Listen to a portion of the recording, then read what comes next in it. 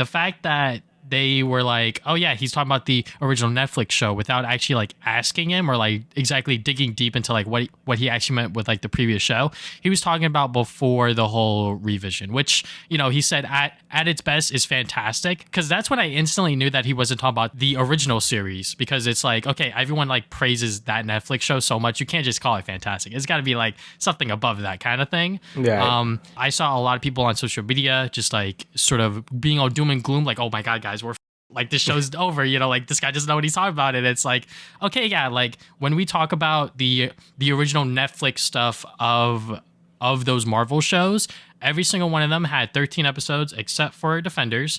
And they all had that mandate. Because of that, you know, a lot of those scenes, it was just people talking. But like it works for Daredevil, because Daredevil could do that with Foggy, he could do that with Karen, he could do that with Frank. You know, like all three of those characters is all three different interactions.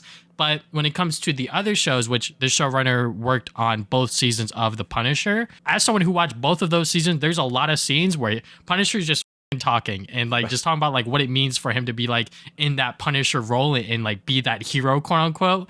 And yeah, like it does get tiring, it does get boring, especially within season 2, because I feel like season 1 of Punisher was a nice condensed episode to, you know, to have him pretty much track down who the killed his family. And like I love that. I love that. Season 2 is kind of just like he's doing stuff, you know? And season 2 is filled with a lot of those scenes where, you know, it's just two characters in a room talking about what a hero is. But then again, we gotta remember he's talking about the original version of this show, which I think is fair. I think it's fair for him to be like, you know, at its worst, it's just that stuff, because they've already done that within the Netflix series. Why are we doing a pseudo season 4 of Daredevil and we're gonna retread that same territory? It doesn't really make sense, especially when you have Disney, you know, like funding this. Like if you could do more action sequences, you could do bigger stories, bigger action scenes, everything. Like just do it, right?